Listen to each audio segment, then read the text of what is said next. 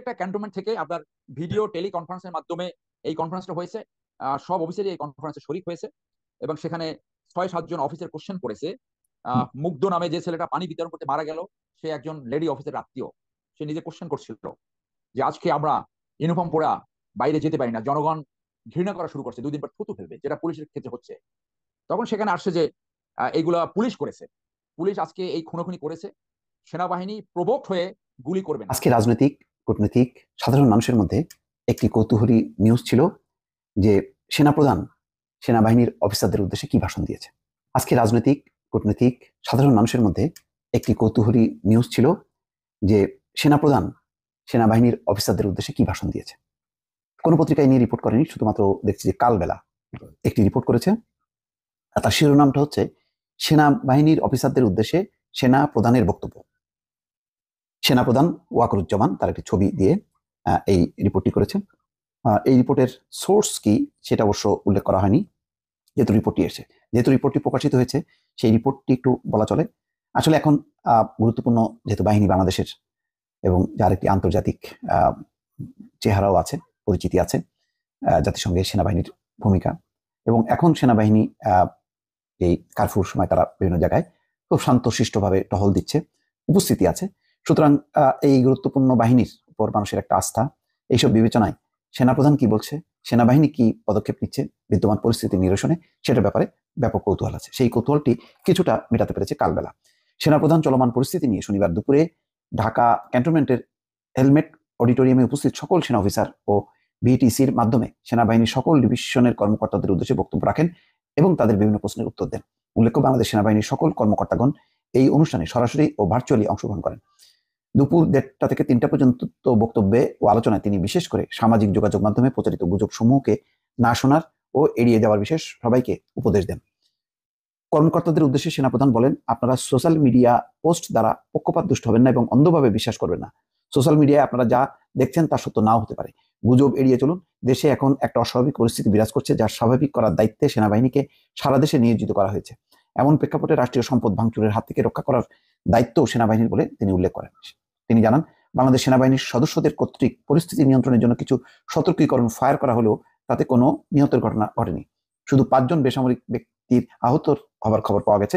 নির্বাহী আদেশ ছাড়া যে কোনো উস্কানির মুখেও ছাত্র ও সাধারণ জনগণের দিকে গুলি না ছুটতে সকল সেনা সদস্যদের নির্দেশ প্রদান করেন সেনাপ্রধান। এছাড়া ডেপুটেশনে থাকা সামরিক কর্মকর্তাদের সর্বতোভাবে সহযোগিতা প্রদান করারও আহ্বান জানান তিনি। সাম্প্রতিক অতীতে পুলিশ সদস্যদের গুলিতে কিছু সংখ্যক অনাকাঙ্ক্ষিত হতাহতের কথাও উল্লেখ করেন তিনি। পরিশেষে সবাইকে উদ্দেশ্য করে বলেন যে, আপনাদের কারো মনে কোনো প্রশ্ন জন্ম নিলে সরাসরি আমাকে জিজ্ঞাসা করবেন, কখনোই গুজবে বিভ্রান্ত হবেন না। এই হচ্ছে প্রশ্নোত্তর পর্বের বেশ কিছু খবরাখবর বিভিন্ন ওই সোশ্যাল মিডিয়ায় প্রচারিত হয়েছে, সবাই নিশ্চয়ই পেয়েছেন। এর বাইরেও কিছু কথাবার্তা, তো যেহেতু সেগুলি কোনো স্বীকৃত কোনো অনলাইনে আসেনি, প্রকাশিত হয়নি দর্শক, সেই কারণে আমি এই বিষয়টি একেবারেই আপনাদের সামনে বলতে পারছি না। তবে এটা ঠিক, সেনাপ্রধান যেটি বলেছেন গুরুত্বপূর্ণ, যে যে কোনো তথ্য যে কোনো মহল তার নিজের উদ্দেশ্যে ছড়িয়ে দিতে পারে। প্রত্যেকেরই দায়িত্ব ক্রস চেক করা, অপেক্ষা করা এবং সত্য প্রমাণিত হবার পর, যাচাই হবার পর তার উপর আস্থা রাখা এবং সেই অনুযায়ী কোনো সিদ্ধান্ত নেওয়া, সেটি এই মুহূর্তে খুবই গুরুত্বপূর্ণ। এখন সবাই তার রাজনৈতিক স্বার্থ সাথে হাসিলের জন্য নানা রকম বিষয় তারা নিয়ে আসতে পারে, বাট সেগুলির ব্যাপারে সতর্ক থাকা।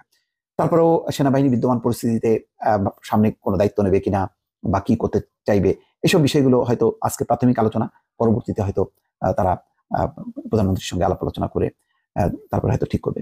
এবং যতক্ষণ না পর্যন্ত কোনো স্বীকৃত এবং দায়িত্ব নিয়ে কোনো সূত্র এটি প্রকাশ না করছে, ততক্ষণ পর্যন্ত দর্শক আমিও আপনাদের সামনে এই নিয়ে আমার মতন করে বিশ্লেষণ আমি। প্রত্যেকটা ক্যান্টনমেন্ট থেকে আপনার ভিডিও টেলিকনফারেন্সের মাধ্যমে এই কনফারেন্সটা হয়েছে।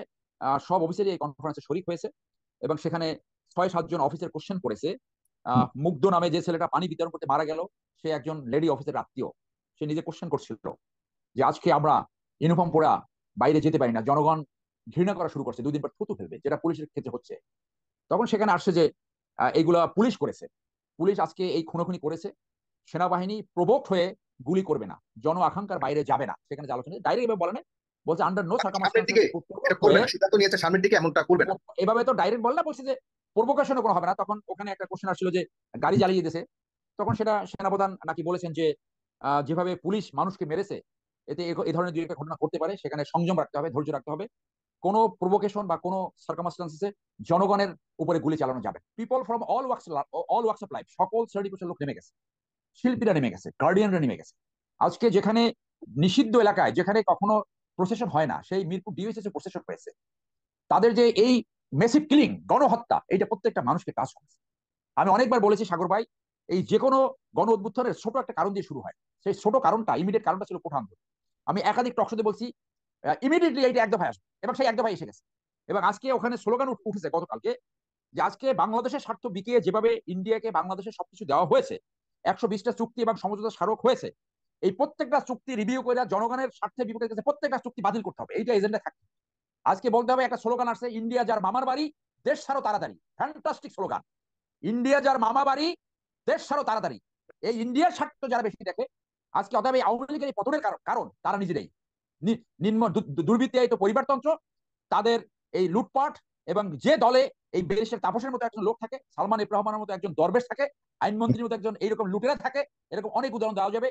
এরা এনাফ এই সরকারকে পতনের জন্য।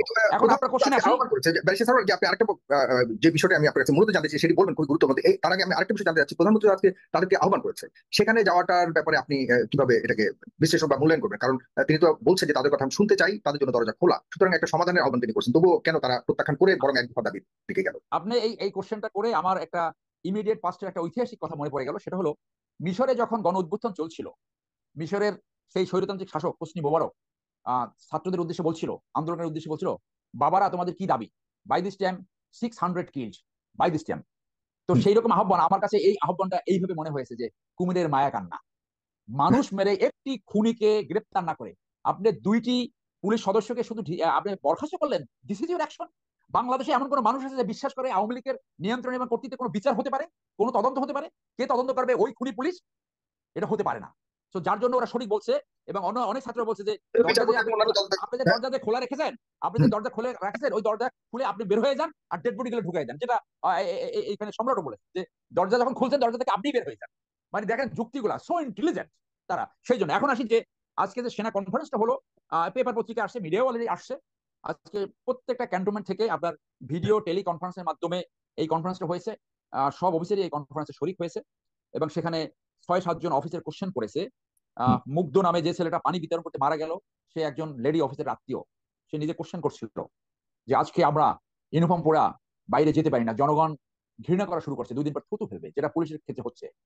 তখন সেখানে আসছে যে এইগুলা পুলিশ করেছে, পুলিশ আজকে এই খুনোখুনি করেছে, সেনাবাহিনী প্রভোক্ট হয়ে গুলি করবে না, জন আকাঙ্ক্ষার বাইরে যাবে না। সেখানে যে আলোচনা ডাইরেক্ট এভাবে বলে না, বলছে আন্ডার নো সামনের দিকে এটা করবে না, সিদ্ধান্ত নিয়েছে সামনের দিকে এমনটা করবে না।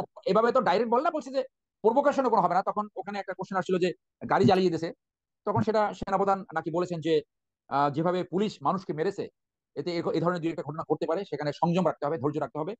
কোনো প্রভোকেশন বা কোনো সার্কামস্টান্সেসে জনগণের উপরে গুলি চালানো যাবে না। এটা essence, this is the outcome of this meeting. আমরা যেটা শুনলাম, এখন সেইটা কিভাবে কোথায় ট্রান্সমিট হবে, সেইটার ফলশ্রুতি কি হবে, সেটা দেখার জন্য আমাদের আরো বসতে হবে। আমার খুব